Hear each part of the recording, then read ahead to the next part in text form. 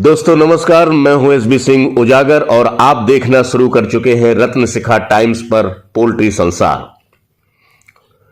Poultry farming व्यवसाय से जुड़े किसान भाइयों, आज हम मुर्गियों में गर्दन टेढ़ी होने, गर्दन मुड़ने और गर्दन मरोड़ने संबंधी बीमारी पर चर्चा करेंगे। हम जानेंगे कि इस बीमारी के क्या कारण हैं और इसके हो जाने पर इसका क्या उपचार करें। तो किसान भाइयों, वीडियो पर अंत तक बने रहें ताकि आपकी उक्त समस्या का संपूर्ण निदान किया जा सके। किसान भाइयों, आपने यदि अभी तक हमारे चैनल को सब्सक्राइब नहीं किया है तो कृपया इसे सब्सक्राइब कर दें और बेल आइकॉन को दबा दें। इससे आपको हमारे चैनल द्वारा प्रसारित सभी अपडेट प्राप्त होते रहेंगे। इससे पहले हमारे चैनल पर पोल्ट्री फार्मर के लिए महंगे फीड की समस्या से निपटने के उपायों पर कई वीडियो जारी किए जा चुके हैं। यदि आप भी महंगे फीड से परेशान हैं तो उन वीडियो को देखें, उनका लिंक भी हमने अपने डिस्क्रिप्शन में दे दिया है, आप वहां से भी उन वीडियो पर जा सकते हैं। किसान भाइयों, हम बात कर रहे हैं मुर्गियों में गर्दन टेढ़ी करने, मरोड़ने और मुड़ने की समस्या के बारे में। किसान भाइयों, मुर्गियों में यह समस्या असंतुलित आहार व विभिन्न विटामिन की कमी होने के कारण आ जाती है। पोल्ट्री फार्मिंग से जुड़े किसान भाई अपने फार्म पर आए रोज इस तरह की समस्या से दो चार होते रहते हैं। हमारे कई किसान भाई जो बैकयार्ड पोल्ट्री फार्मिंग करते हैं, उन्होंने इस समस्या पर वीडियो बनाने का आग्रह किया। उन्होंने बताया कि उनकी बर्ड काफ़ी समय से गर्दन मरोड़ती रही है। वह जीवित है, दाना भी खाती है, लेकिन गर्दन मरोड़ती रहती है। तो किसान भाइयों, यदि आपके फार्म पर भी इस तरह की समस्या है तो हम इसके कुछ उपाय आपको बता रहे हैं। यदि आप वह प्रबंध कर लेंगे तो 95% आपकी समस्या का समाधान हो जाएगा। किसान भाइयों, जब भी आप नया बैच डालें तो ध्यान रहे उनका प्रॉपर तरीके से वैक्सीनेशन करें। कई किसान भाई जो देसी मुर्गी पालन करते हैं वह वैक्सीनेशन न कराने की भूल कर बैठते हैं। ऐसे में जब उनके फार्म पर किसी न किसी रूप से वायरस आ जाता है तो उनके यहाँ भारी मात्रा में मोर्टेलिटी होने लगती है। एक बार जब बीमारी शुरू हो जाती है तो इसे रोकना बहुत मुश्किल हो जाता है। इस बार भी पोल्ट्री फार्म में बड़ी तादाद में इस तरह की बीमारी आई। कई किसान भाइयों के फार्म पूरी तरह से साफ हो गए और उन्हें भारी आर्थिक क्षति उठानी पड़ी।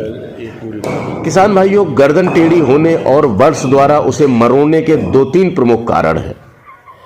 पहला कारण है कि यदि आपने अपने चिक का सही समय पर वैक्सीनेशन नहीं किया है तो ऐसी स्थिति में आपके फार्म पर रानीखेत या सीआरडी जैसी बीमारी का अटैक हो जाता है। यदि रानीखेत बीमारी आई है तो इसका सटीक इलाज अभी तक नहीं आया है और 90% बर्ड मोर्टेलिटी के शिकार हो जाते हैं। जो बर्ड्स बच जाते हैं उनमें प्रायः गर्दन टेढ़ी करने, मरोड़ने और ऐंठने की समस्या बनी रहती है। दूसरा कारण है कि बर्ड्स को प्रॉपर तरीके से या तो डाइट नहीं मिल पा रही है या उसे जो फीड दिया जा रहा है उसमें विटामिन और मिनरल की कमी है। किसान भाइयों, मैं बता चुका हूं कि आप पूरी सावधानी पहले से ही बरतें ताकि कोई बीमारी आपके फार्म पर आए ही नहीं। इसके लिए वैक्सीनेशन बहुत ज़रूरी है।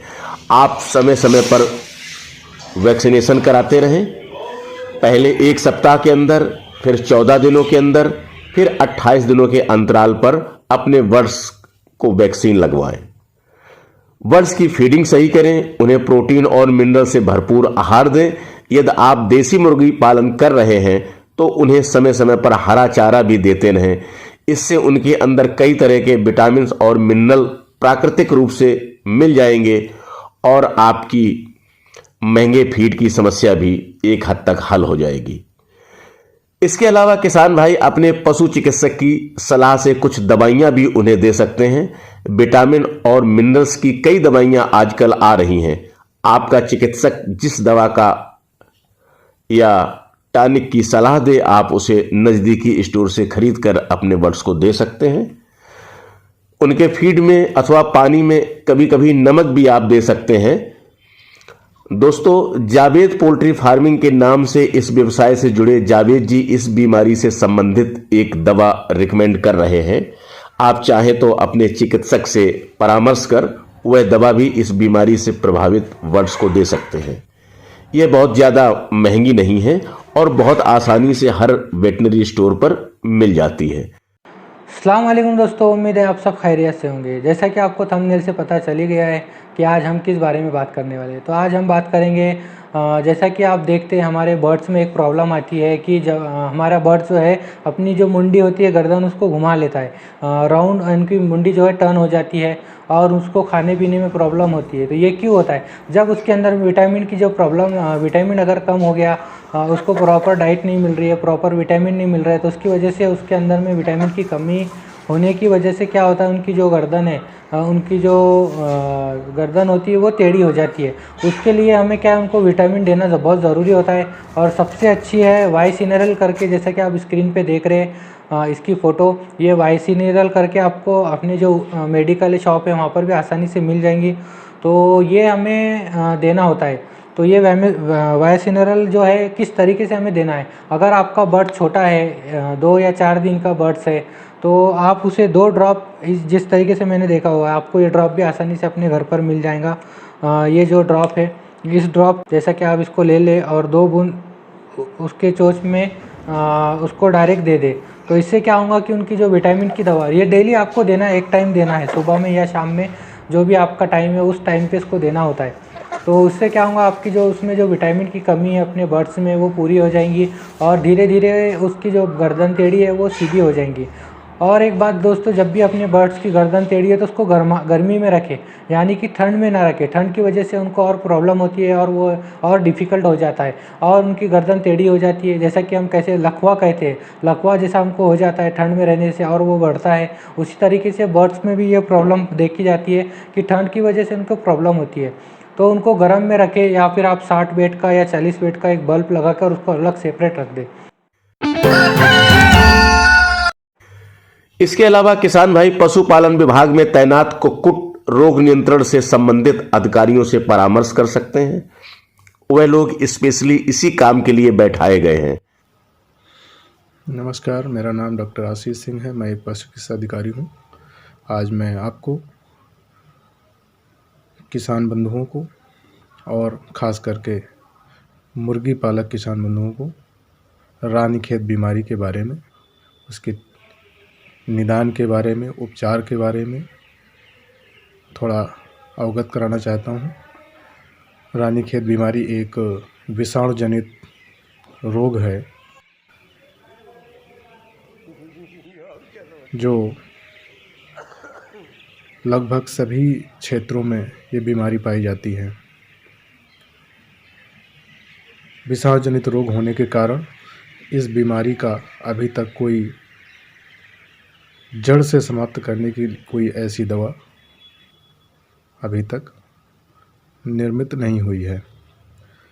विषाणु जनित रोग होने के कारण इस बीमारी का सिर्फ एक इलाज है और वो है पक्षियों का उचित समय पर उचित तरीके से टीकाकरण या वैक्सीनेशन। जैसा कि हम जानते हैं कि किसान बंधु तरह तरीके के टीके का इस्तेमाल अपने मुर्गियों में करते हैं, तो रानीखेत डिजीज़ के लिए भी टीके का इस्तेमाल किया जाता है। इसमें 2 प्रकार के टीके लगाए जाते हैं। एक F1 या लसोटा जिसे हम कहते हैं। F1 या लसोटा जब चूजे 5 से 7 दिन के होते हैं तो इनको आँख में या नाक में एक एक बूंद F1 वैक्सीन डालकर इनका टीकाकरण करते हैं। इसके पश्चात जब ये चूजे 8 सप्ताह के हो जाते हैं तो हम R2B या मुक्तेश्वर वैक्सीन से टीकाकरण करते हैं। इस समय R2B 0.2 ml सब कट हम के माध्यम से टीकाकरण करते हैं। तत्पश्चात जब ये 16 से 18 माह के मुर्गियां हो जाती हैं तो R2B से पुनः इसका टीकाकरण करते हैं। हमने वीडियो के डिस्क्रिप्शन में कुक्कुट रोग नियंत्रण से संबंधित चिकित्सकों का विवरण दिया है। आप वहां से उनका टेलीफोन नंबर लेकर उनसे बात कर सकते हैं। तो किसान भाई, आपको यह जानकारी कैसी लगी हमें कमेंट्स में जाकर जरूर बताएं। पोल्ट्री संसार में हम अगले वीडियो में उत्तर प्रदेश सरकार द्वारा पोल्ट्री व्यवसाय को लेकर चलाई जा रही विभिन्न योजनाओं के विषय में जानकारी देंगे। पोल्ट्री फार्म के लिए लोन कैसे और कहां से लें, इस पर भी हम जल्द ही नया एपिसोड बनाएंगे। आज की वीडियो में बस इतना ही। देखते रहिए पोल्ट्री संसार। नमस्कार। अगर आप बेबाक और निष्पक्ष खबरें देखना चाहते हैं तो हमारे चैनल को सब्सक्राइब करें और बेल आइकन को दबाएं।